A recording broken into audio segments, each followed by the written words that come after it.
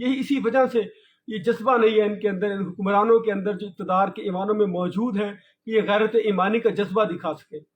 تو ہمیں جماعتوں سے ہٹ کر غیرت ایمانی کا جذبہ دکھانا چاہیے، اور یہ ہمارے ایمان کا تقاضا ہے کہ میرے نبی کی شان سب اللہ کے بعد میرے نبی کی شان ہے۔ تو ہمیں اپنے نبی کے لیے، تو دیکھیں میں آپ کو سیدھی بات کرتا ہوں، کسی کے ماں باپ کو یہاں پہ آپ گالیں نکال دینا تو وہ آپ کو چیر پھاڑ دے گا، تو ہمارے نبی کی تو شان ہی وہ ہے کہ وہ تو ہمارے ماں باپ سے بھی بڑھ کر ہیں، ہمارے اہل و عیال ہماری ہر چیز سے بڑھ کر ہیں، لیکن غیرت ایمانی جو ہے نا وہ اس کی کمی ہے۔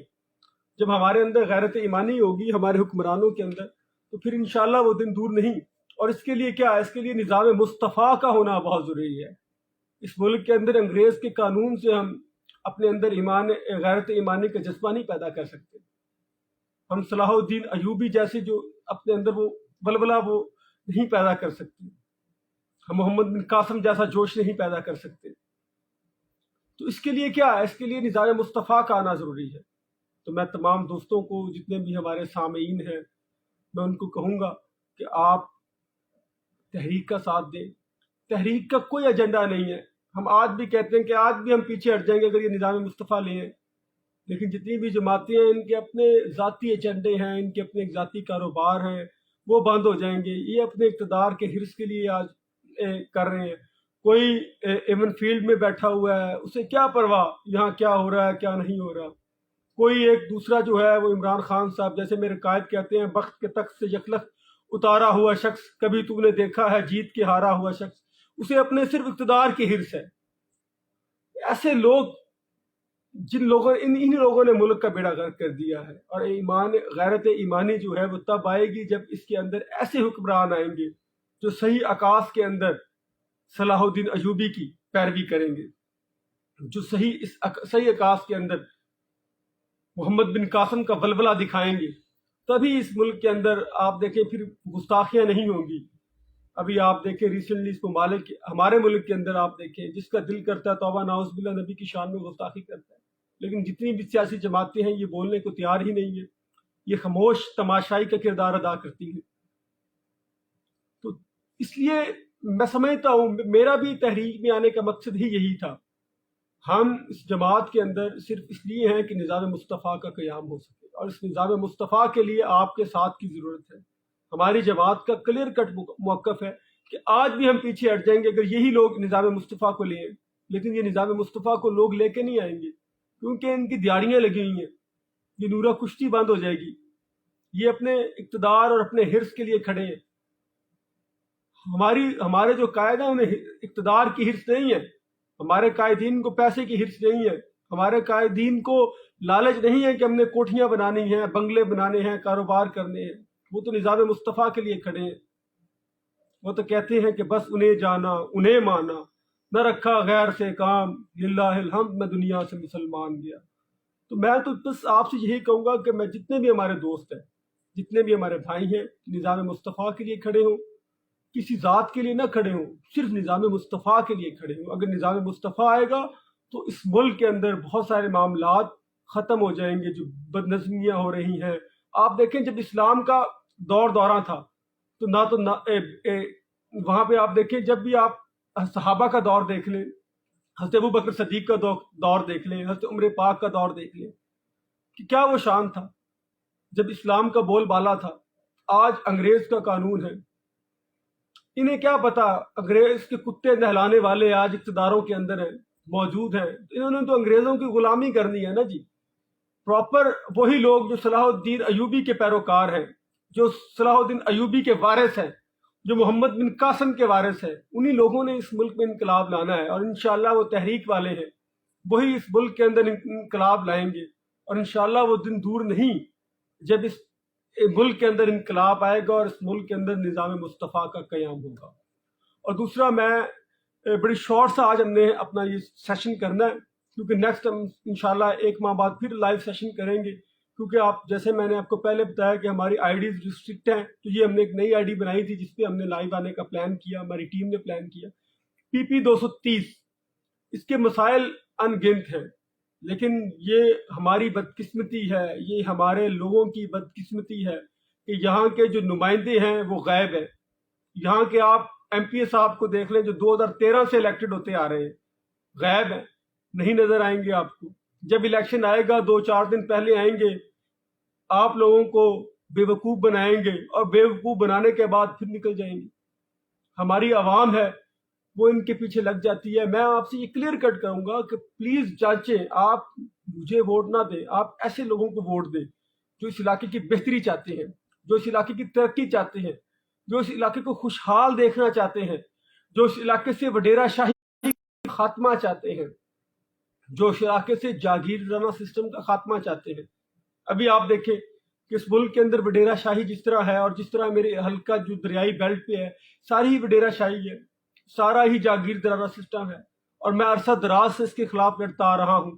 اس لیے لڑتا آ رہا ہوں کہ آپ جیسی ترقی ہوگی, اس علاقے کی بہتری ہوگی, اور انشاءاللہ بفضل خدا وہ دن دور نہیں جب اس علاقے کے اندر نظام مصطفیٰ کا قیام بھی ہوگا, اور ایسے حکمران اس علاقے کے اندر, ایسے لوگ آئیں گے جو اس علاقے کی فلاح و بہبود کے لیے کام کریں گے, جو اس علاقے کی ترقی کے لیے کام کریں گے. آج میرے علاقے کو آپ دیکھیں, یہاں پہ جیسے میں آپ کو شروع سے بتاتا آ رہا ہوں کہ یہاں پانی کے مسائل ہیں. 80-90% جتنے بھی دیہات ہیں ہیپاٹائٹس کے مریض بہت زیادہ ہیں. کیوں؟ کیونکہ وہاں پہ پانی کا میجر پرابلم ہے, پانی کا صاف نہ ہونا ہے. کوئی اچھا اسکول نہیں ہے, کوئی اچھا کالج نہیں ہے, کچھ یونیورسٹیز نہیں ہے. کیا یہ ہمارے لوگوں کا حق نہیں ہے؟ کیا یہ میرے PP 230 کے عوام کا حق نہیں ہے؟ میں ان وڈیروں سے, ان جاگیرداروں سے, میں ان لوگوں سے پوچھنا چاہتا ہوں جو برسر اقتدار عرصہ دراز سے آتے جا رہے ہیں. اب دیکھیں یہاں پہ جتنے بھی لوگ MP ہیں, MNA ہیں, یہ کب سے ہیں؟ یہی ان کے دادا پردادا, یہی لوگ آ رہے ہیں جو وڈیرے تھے, جو جاگیردار تھے. جب سے پاکستان بنا ہے, لیکن انشاءاللہ وہ دور نہیں. اب لوگ ہو رہے ہیں, لوگ سو رہے ہیں, اب ان کے ریاسی سسٹم میں نہیں آتے. اب آ چکے ہیں ان کی چالاکیاں, ان کی بدماشیاں, ان کو سمجھ کے علاوہ کام نہیں. لیکن عوام کھڑی ہوئی ہے, اور انشاءاللہ میری کوشش ہے کہ میں اس عوام کو اٹھاؤں, اس کی سوچ کو چینج کروں, تاکہ یہ ان لوگوں کے خلاف اٹھے اور اپنے لیے سوچے, نہ کہ کسی کے لیے سوچے. ہمیں اپنے علاقے کی بہتری کے لیے سوچنا ہے. ہمیں آپ جیسے لوگوں کو اوپر لے کے آنا ہے. علاقہ کب ترقی کرتا ہے؟ علاقہ تب ترقی کرتا ہے جب آپ جیسے لوگ اوپر آئیں گے. وہ لوگ نہیں جو شروع سے جن کے باپ دادا MNA MP تھے, وہ لوگ جب آئیں گے ان سے علاقہ کبھی ترقی نہیں ہوگا. انہوں نے صرف اپنے بزنس کی سوچنی ہے, اپنے کاروبار کی سوچنی ہے. علاقہ تب ترقی کرتا ہے جب آپ جیسے لوگ, جب غریب لوگوں میں سے لوگ اوپر آئیں گے. تو اس لیے میری کوشش ہے کہ میں PP 230 کے اندر میں جتنا اس کے اندر میں لوگوں میں اویئرنیس پیدا کر سکوں, لوگوں میں جا کے بتا سکوں. دیکھیں الیکشن اپنی جگہ پہ ہے, الیکشن مہم اپنی جگہ پہ, لیکن کم از کم ہمیں اپنے بچوں کے بارے میں سوچنا ہے, ہمیں اپنے بارے میں سوچنا ہے, ہمیں اپنی آنے والی نسلوں کے بارے میں سوچنا ہے کہ ہم کیسا معاشرہ پیدا کر رہے ہیں, جس معاشرے کے اندر جو آپ دیکھیں سسٹم ہی نہیں ہے, بیماریاں ہی بیماریاں ہیں. نہ ہمارے بچوں کے لیے کوئی اسکول ہے, نہ کالج ہے, نہ یونیورسٹیز ہیں. ابھی آپ دیکھیں جتنے بھی MNA MP جو یہاں پہ رہے ہیں اور جو اس وقت موجودہ ہیں, ان کے بچوں کو دیکھیں. مجھے کسی MNA کسی MP کا بچہ یہاں پڑھتا ہوا دکھا دیں. PP 230 چھوڑیں, آپ بورے والا میں پڑھتا ہوا دکھا دیں. بورے والا بھی چھوڑ دیں, ڈسٹرکٹ بہاڑی میں پڑھتا ہوا دکھا دیں. ڈسٹرکٹ بہاڑی بھی چھوڑ دیں, ڈویژن ملتان میں پڑھتا ہوا دکھا دیں. ان کے بچے ایچیسن میں پڑھتے ہیں, بیکن ہاؤس میں پڑھتے ہیں. انہیں کیا پرواہ ہم جیسے لوگوں کی, انہیں کیا پرواہ PP 230 کی عوام کی, انہیں کیا پرواہ ان لوگوں کی جو غریبی میں گزار رہے ہیں, انہیں کیا پرواہ ان لوگوں کی جو ہیپاٹائٹس کے مریض ہیں, انہیں کیا پتا ان لوگوں کی جن سکولوں کے اندر سہولیات ہی نہیں ہیں, جن ہسپتالوں میں سہولیات نہیں ہیں, انہیں کیا پتا. انہیں صرف اس چیز کا, ان کا علاج بھی باہر سے ہوتا ہے, ان لوگوں کے پلیٹلیٹس بھی باہر سے پورے ہوتے ہیں, ان لوگوں کی بیماریاں بھی باہر سے جا کے ٹھیک ہوتی ہیں, ان کی سرجریاں بھی باہر سے ہوتی ہیں. لیکن PP 230 والے آج بھی بدحالی کے اندر زندگی گزار رہے ہیں. آج آپ لڈن میں دیکھ لیں, لڈن کے حالات. لڈن کے لیے تو میں ایک ہی بات کہتا ہوں, خدا نے آج تک اس قوم کی حالت نہیں بدلی, نہ ہو جسے خود خیال اپنی حالت کے بدلنے کا. ابھی انشاءاللہ لڈن کے اندر تبدیلی آ رہی ہے، اور اس بار آپ 2023 کے اندر دیکھیں گے کہ لڈن کے اندر میجر تبدیلی آئے گی۔ لڈن کے اندر میں شروع سے ہی ان لوگوں کو پروموٹ کرتا آیا ہوں، ان لوگوں کی تعریف کرتا آیا ہوں جو لوگ باقی برادریوں سے اوپر آئے ہیں۔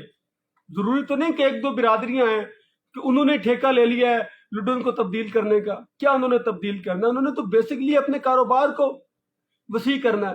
لڈن کی تبدیلی تبھی ہوگی جب لڈن سے لوگ آئیں گے۔ میں شروع سے جتنے بھی کانفرنس ہوتی ہے لڈن کے اندر، جتنے بھی پروگرامز ہوتے ہیں لڈن کے اندر، جتنے بھی اسکولز کے فنکشنز ہوتے ہیں، جب مجھے بات کرنے کا موقع ملتا ہے، جب مجھے بلایا جاتا ہے، تو میں ایک ہی بات کرتا ہوں۔ میں لڈن کے لوگوں کو کہتا ہوں کہ خدا را اس حالت زار کو دیکھیں، یہ 75 سال ہو گئے ہیں تب سے ہمیں بیوقوف بناتے آ رہے ہیں جی، آج تک کسی علاقے کا نہیں بدلا۔ پی پی 230 کو دیکھیں، یہی 2-4 خاندانوں کے اندر پالیٹکس گھوم رہی ہے۔ کبھی ان کے باپ دادا ایم این اے تھے، کبھی یہ ایم این اے ہیں، کبھی یہ ایم پیز ہیں۔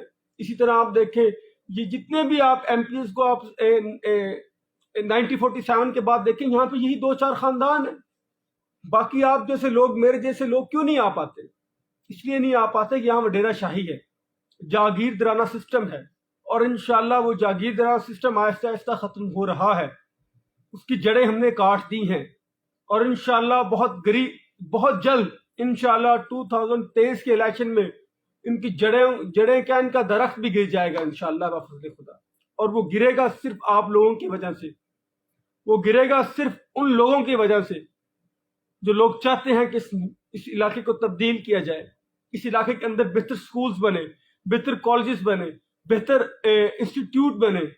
ہیلتھ کے بارے میں بھی آپ دیکھیں، جتنے بھی ہمارے RHC سینٹرز ہیں ان کے اندر فیسلٹیز ہی نہیں ہے، نہ وہاں پہ ایمبولینسز وغیرہ ہیں، نہ آپ دیکھیں وہاں پہ کوئی الٹرا ساؤنڈ مشینز ہیں، نہ وہاں پہ ایکس رے کی کوئی مشینز ہیں۔